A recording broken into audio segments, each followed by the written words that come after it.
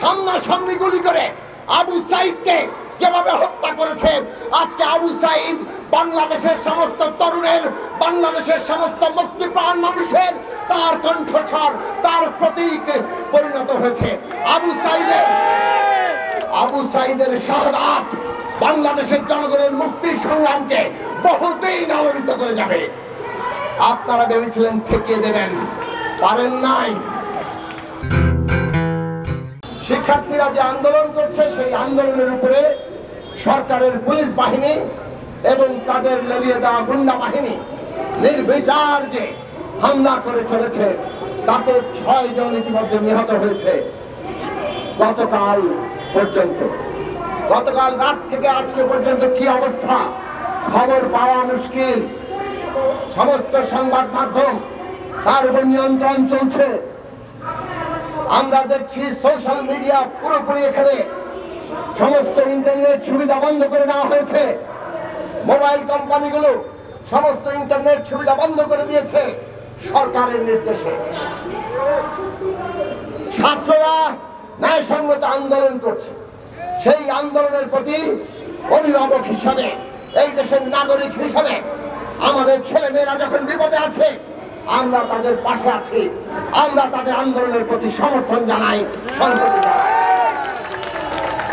পাশে একটি সমাবেশ হচ্ছে, সাংবাদিক সমাজের সমাবেশ। সাংবাদিকরাও এই পেশাগত দায়িত্ব পালন করতে গিয়ে নানাভাবে হামলার শিকার হয়েছেন। সাংবাদিকদের উপর পুলিশের হামলা বা যে কোনো হামলার আমরা নিন্দা করি। সাংবাদিকরা যাতে পেশাগত দায়িত্ব তারা নিরাপত্তার সাথে পালন করতে পারেন, তার জন্য আমরা আমাদের সকল নাগরিককে বলবো সহযোগিতা করার জন্য। বন্ধুরা আমার, এই সরকার আজকে আমরা পরিষ্কার করে দেখতে পাচ্ছি একটা শান্তিপূর্ণ আন্দোলনকে কিভাবে দমন করার জন্য উঠে পড়ে লাগলো। এই যে প্রধানমন্ত্রীর সংবাদ সম্মেলন, তার আগ পর্যন্ত এই আন্দোলন একেবারেই শান্তিপূর্ণ ছিল, বরং ছাত্রলীগের গুন্ডা বাহিনী বিভিন্ন জায়গায় হামলা করার চেষ্টা করেছে। কিন্তু তারপরেও সাধারণভাবে বলতে হবে, আইন শৃঙ্খলা বাহিনী এবং সামগ্রিকভাবে প্রশাসন এই আন্দোলনে ওই পর্যন্ত কখনো পর্যন্ত বড় আকারের কোনো বাধা সৃষ্টি করেনি। ছাত্ররাও আন্দোলন করছে, কারণ ছাত্রদের মধ্যে এইরকম ধারণা তৈরি হয়েছে যে তাদেরকে আবারও বঞ্চিত করা হবে। 2018 সালে যখন আন্দোলন হয়েছিল, সেই আন্দোলনে ছাত্ররা সংস্কারের দাবি করেছিল। প্রধানমন্ত্রী সেই সময় পুরো কোটা ব্যবস্থা বাতিল করে দিলেন। দাবি চাইতে পাওয়া যখন বেশি হয়ে যায় তখন সন্দেহ থাকে, আমরা তখন সন্দেহ করেছিলাম। তারপরে দেখলাম এইবার এসে আদালতে রিট করে আবার কোটা ব্যবস্থা পুনর্বহালের নির্দেশ আসলো। ছাত্ররা স্বাভাবিকভাবে তাদের আন্দোলনে নামলেন এবং তারা যে কথাটি পরিষ্কারভাবে বললেন যে এটা সরকারের দায়িত্ব। সরকার ছাত্রদের আন্দোলনের পরিপ্রেক্ষিতে একটা নীতিগত সিদ্ধান্ত নিয়েছে। এই সিদ্ধান্ত যাতে বাস্তবায়ন হয়, কার্যকর থাকে, তার প্রয়োজনীয় উদ্যোগগুলো সরকারকেই তো নিতে হবে। আইন আদালত তো ছাত্রদের দেখে লাভ নেই। সরকার নীতিগতভাবে সিদ্ধান্ত নিয়েছে, সেই সিদ্ধান্ত আইনে যাতে টেকে তার ব্যবস্থা সরকারের, তার দায়িত্ব সরকারের। সরকারের ভুলে তার জেদের বশবর্তী হয়ে, এটা আমরা তখন বলেছিলাম যে প্রধানমন্ত্রী সম্ভবত জেদের বশবর্তী হয়ে কাজ করেছেন।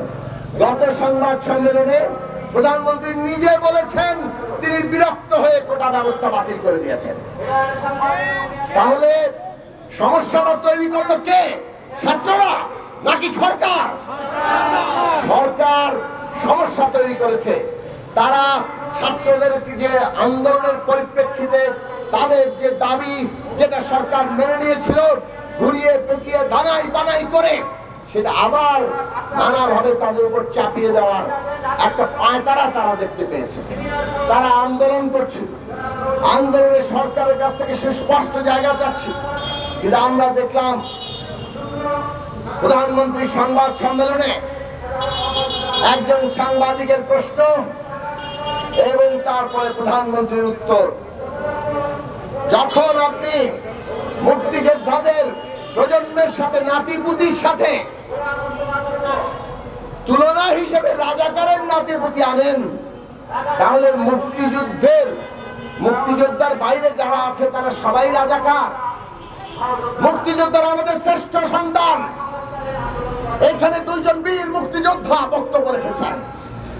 মুক্তিযোদ্ধাদের সমস্ত সম্মান তাদের দিতে হবে, কিন্তু সেটা বাকি নাগরিকদের বৈষম্য সৃষ্টি করে তো নয়। বাকি নাগরিকদের মধ্যে বৈষম্যের উপর একটা বোধ তৈরি করে মুক্তিযোদ্ধাদের কি সম্মানিত করা যায়? বন্ধুরা আমার, মুক্তিযোদ্ধাদের বিষয়ে নিয়ে কথা বলে বাকিদের রাজাকারের নাতিপুতি হিসাবে প্রকারান্তরে যে বক্তব্য এসছে, এই বক্তব্য যখন প্রধানমন্ত্রী দেন, এটা প্রথম দেন না। 18 সাল থেকে পর্যন্ত আমরা দেখেছি সমস্ত সরকারের মন্ত্রীরা, প্রধানমন্ত্রী যে কোনো আন্দোলনকে এবং এই কোটা সংস্কার বিরোধী আন্দোলনকে, কোটা সংস্কার আন্দোলনকে আপনার এইটা মুক্তিযুদ্ধ বিরোধী, মুক্তিযুদ্ধের চেতনা বিরোধী, এটা রাজাকারদের আন্দোলন, এটা জামাত শিবিরের আন্দোলন, এইভাবে তারা ট্যাগিং করেছে। ট্যাগিং ট্যাগিং ট্যাগিং, এইটাই একমাত্র তাদের রাজনৈতিক কৌশল। সমস্ত আন্দোলন মানুষ যখন দাবি করে তখন ট্যাগিং করে তারা সেই আন্দোলন ধ্বংস করতে চায়। ছাত্ররা আর কতদিন দেখবে? 3টা নির্বাচন বিনা ভোটে পাশ করলেন। বিনা ভোটে মানুষকে দমন করে আপনারা ক্ষমতা আঁকড়ে আছেন। আপনারা যুক্তি দেন যে ওরা তো নির্বাচনে আসে না, আমরা কি করব?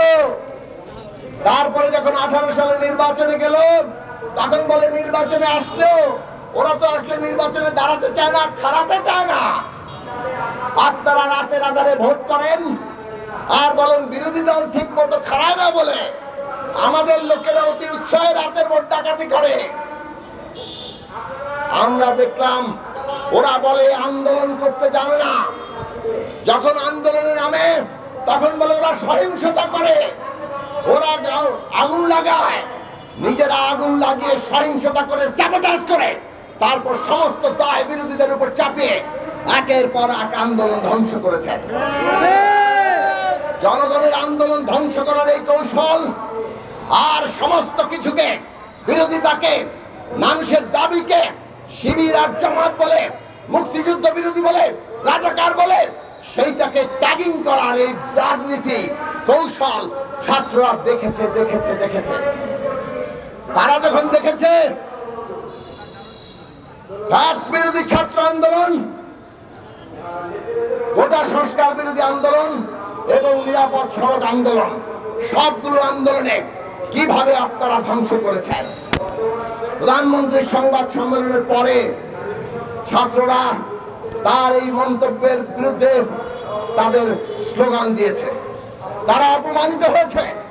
সমগ্র ছাত্র সমাজ, তাদের হৃদয়ে আঘাত লেগেছে।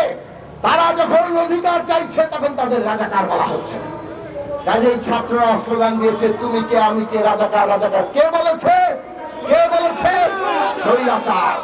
তারপরে তারা বলেছে, আমি নই, তুমি নও, রাজাকার রাজাকার, আমরা চাই অধিকার। কাজেই যারা বলছেন ছাত্ররা নিজেদেরকে রাজাকার বলছে আর মুক্তিযোদ্ধাদের অপমান করছে, তারা সঠিক কথা বলছেন না। আপনারা ছাত্রদের মধ্যে দেশের লক্ষ কোটি শিক্ষার্থীকে এইভাবে বিভাজিত করবেন না। আন্দোলনের দাবি মেনে নিলেই তো হয়, কিন্তু তারা সেটা করলেন না। ওই সংবাদ সম্মেলনের পরে রাতে ছাত্ররা মিছিল করেছে। সকালবেলা আমরা দেখলাম আওয়ামী লীগ সাধারণ সম্পাদক ওবায়দুল কাদের সাহেব বললেন, ক্যাম্পাসে অধ্যক্ষ দেখালে ছাত্রলীগ এর ব্যবস্থা করবে, মোকাবেলা করবে। মোকাবেলা দেখলাম সংবাদ সম্মেলনের পরের দিন তারা কিভাবে ঢাকা শহরে ছাত্রদের উপর হামলা করেছে, শত শত ছাত্রকে আহত করেছে।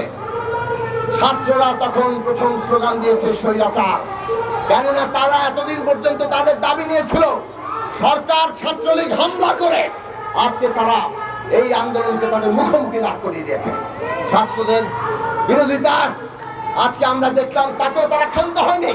পুলিশ দিয়ে সামনাসামনি গুলি করে আবু সাঈদকে যেভাবে হত্যা করেছে, আজকে আবু সাঈদ বাংলাদেশের সমস্ত তরুণের, বাংলাদেশের সমস্ত মুক্তিপ্রাণ মানুষের তার কণ্ঠস্বর, তার প্রতীক পরিণত হয়েছে।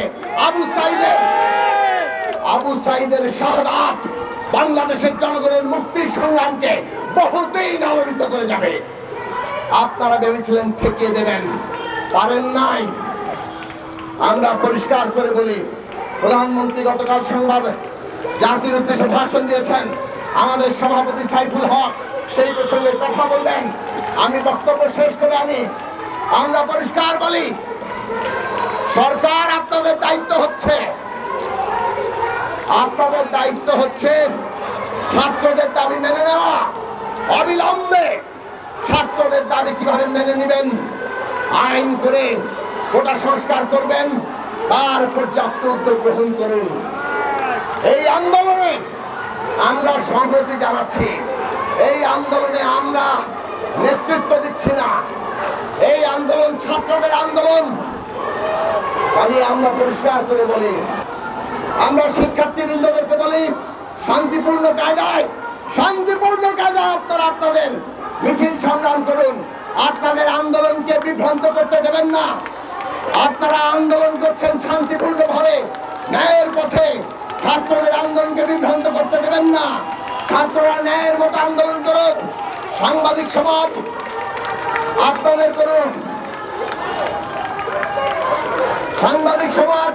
আপনাদের সাথে আছে।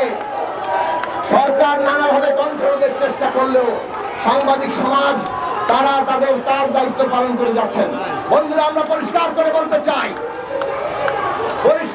বলতে চাই, বিরোধী দল কোন উস্কানি সৃষ্টি করছে না। এই আন্দোলনে যদি উস্কানি দিয়ে থাকে, এই আন্দোলনকে দমনের নামে সরকার যেসব তৎপরতা করেছে, সেটাই আন্দোলনকে গর্ব করে তুলেছে। তাই অবিলম্বে ছাত্রদের দাবি মেনে নেওয়ার, তাদের দাবি বাস্তবায়নের সমস্ত উদ্যোগ গ্রহণ করুন। এই কথা বলে আবারও এই হত্যাকাণ্ডের বিচার দাবি করে এবং সমস্ত জনগণকে ছাত্রদের, শিক্ষার্থীদের আন্দোলনের সাথে সংহতি জানানোর জন্য, হত্যার প্রতিবাদে সোচ্চার হওয়ার জন্য আহ্বান জানিয়ে আমি আমার বক্তব্য শেষ করছি।